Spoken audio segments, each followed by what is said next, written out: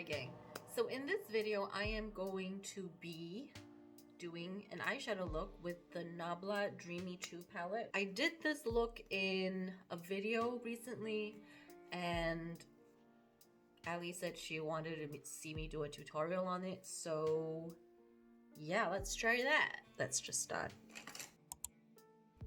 So I'm using my original primer potion by Decay again, as always. This is standard, nothing new.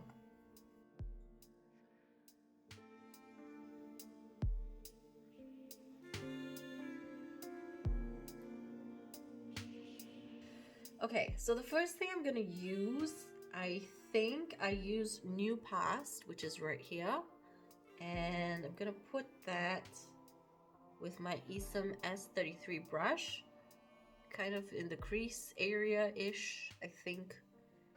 Let's try that. I have been recently trying to use more of a transition shade. I don't know, I guess I've been influenced by Ali to use transition shades more. But I don't strictly use them. I don't necessarily have to use them. I've just noticed that I've been doing it more.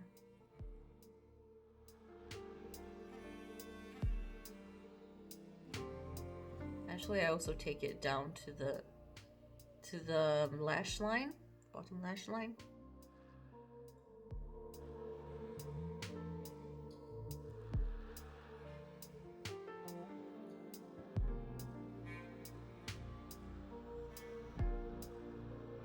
So there was a time when I actually would take a flat packing brush like this and go straight in with the color and just pat it on as intensely as I possibly could. But now I feel like using a blending brush to pack on the color seems to give it a more, how you say, diffused appearance, so that I don't have to necessarily blend after the fact a lot more.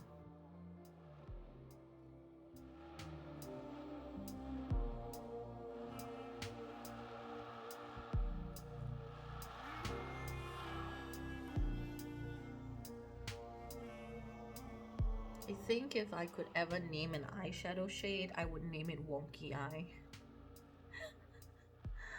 Because I feel like, yeah, I just naturally have an asymmetrical wonky eye.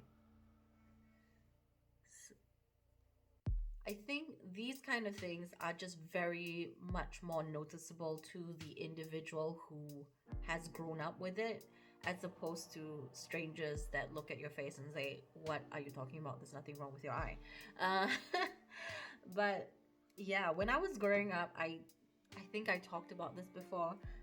I definitely had one eye smaller than the other eye, and it was this one. And also my double lid was not as even out as it is presently. This double lid was always smaller than this eye. Okay, next shade I'm taking is this Denoisis. I don't know how to pronounce this name, but it is a red. This was the formula that I complained about a whole bunch of times. This is the Nabla's latex formula. So a viewer by the name of Isha, I think, mentioned that this particular formula for this shade and this shade is Nabla's, what they call their latex formula. And yeah, I'm still trying to get used to it. I believe she said that you're supposed to pat it on with a finger, and that can give you the most effect. Yeah, I can definitely see that. I haven't actually tried it with a finger though. So patting it on and sweeping it on with a finger definitely gives you more of that red shade, but I'm not quite sure how to feel about applying mattes with a finger. Okay, let me switch methods and try to use more of a packing brush to deepen up that outer corner. And I'm using the shade Offline now. And I'm using the brush G27 ESUM. Yeah, that's a lot darker.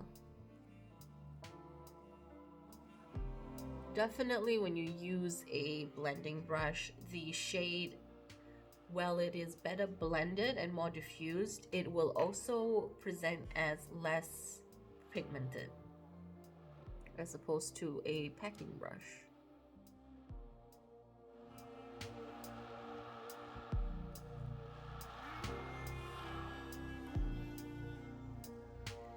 Going back to that S33 brush and patting over that darker shade just to blend it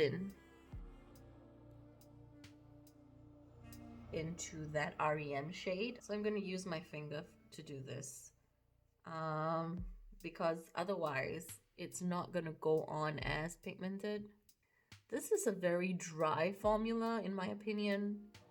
It feels very dry, and that's probably because there's a lot of glitter in it.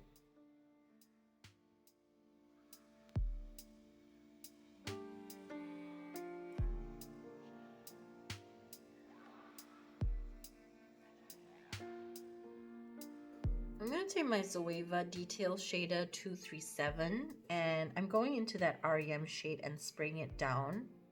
I think I tried a combination of these methods before.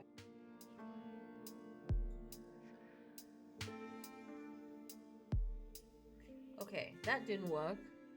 Essentially, I'm just wetting the surface of the eyeshadow and it doesn't actually pick up anything with the brush when wetting it. Usually this method works with most of the eyeshadows, but I think this formula is just it won't pick up with the brush properly. A little bit of the shade Hidden Place, so I'm gonna put that in the middle of the eye a little bit. This one does pick up with a brush, so that's fine. And this particular brush is very, very tiny, so if you have large eyes, it's gonna take a longer time for you to apply the shimmer shades, because that's usually what I use it for. I use it to pack on shimmer shades after wetting it. I think this brush works the best for that purpose. I'm gonna take the ZOEVA 230 Luxe pencil brush and I'm gonna go in with the New Pass shade again, this one, and take it further down. And then I'm gonna warm it up with a little bit of this shade, this red shade right here.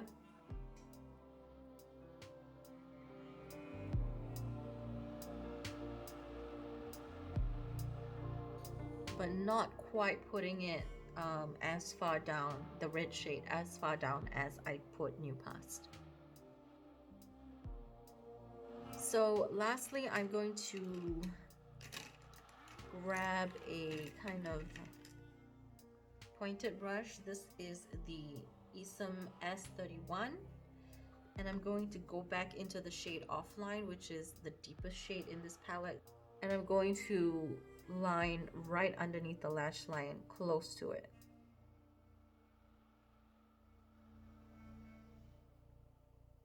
Just so I can define the eye. Detail shader brush from ZOEVA. And I'm gonna pack on the shade Libertine, which is this gorgeous gold shade. Can it focus?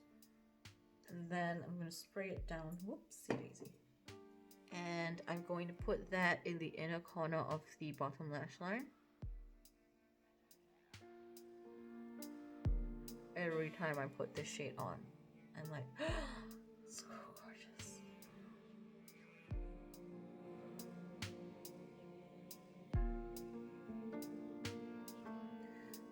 next up I'm going into the shade Lucid Dream, which is this shade right here.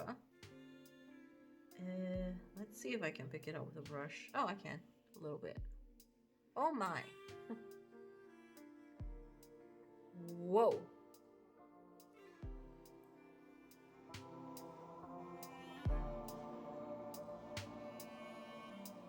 So I'm going to try to pat the shade Lucid Dream into that REM shade just a little bit. I'm going to take a big fluffy brush. This is the Smith 232 and I'm mixing Deja Vu with the shade Pantheon. Goodness, I don't know how to pronounce these words.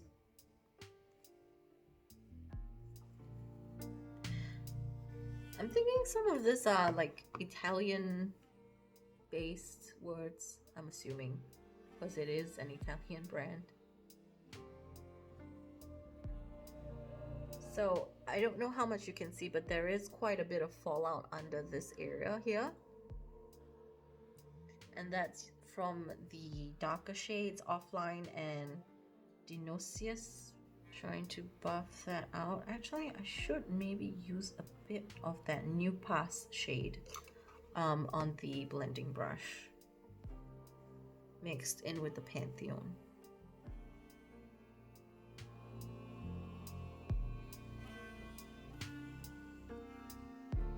Okay, I'm gonna go back in with my S33 and go into Dionysius. And I'm going to go over the outer edge just to make sure that that red is really coming through, because I think when I blended the edges with that big fluffy brush, it took off some of that red intensity which I wanted.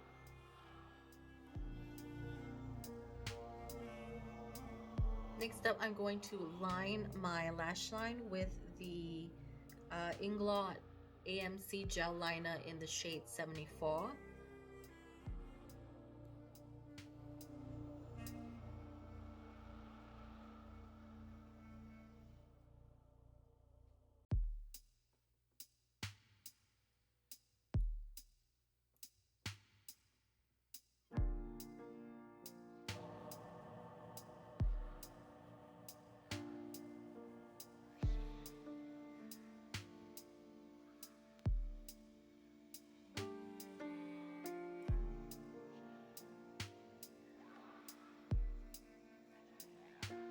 Okay, so this is the finished look.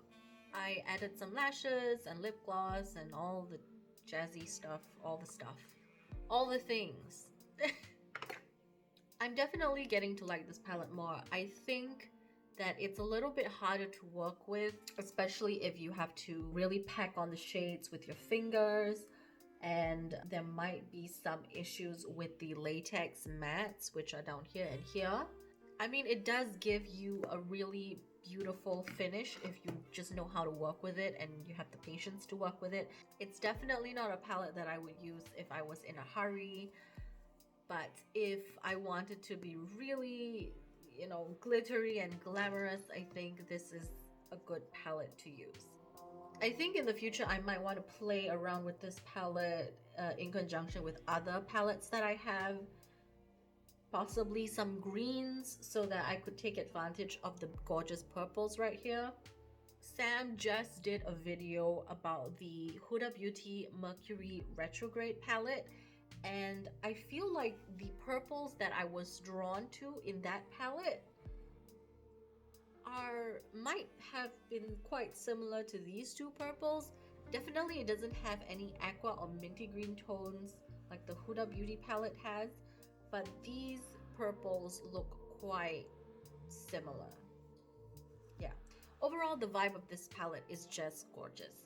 It's just that it's not the simplest palette to work with my preferred techniques of eyeshadow application. So yeah, that's it for me, and ciao for now.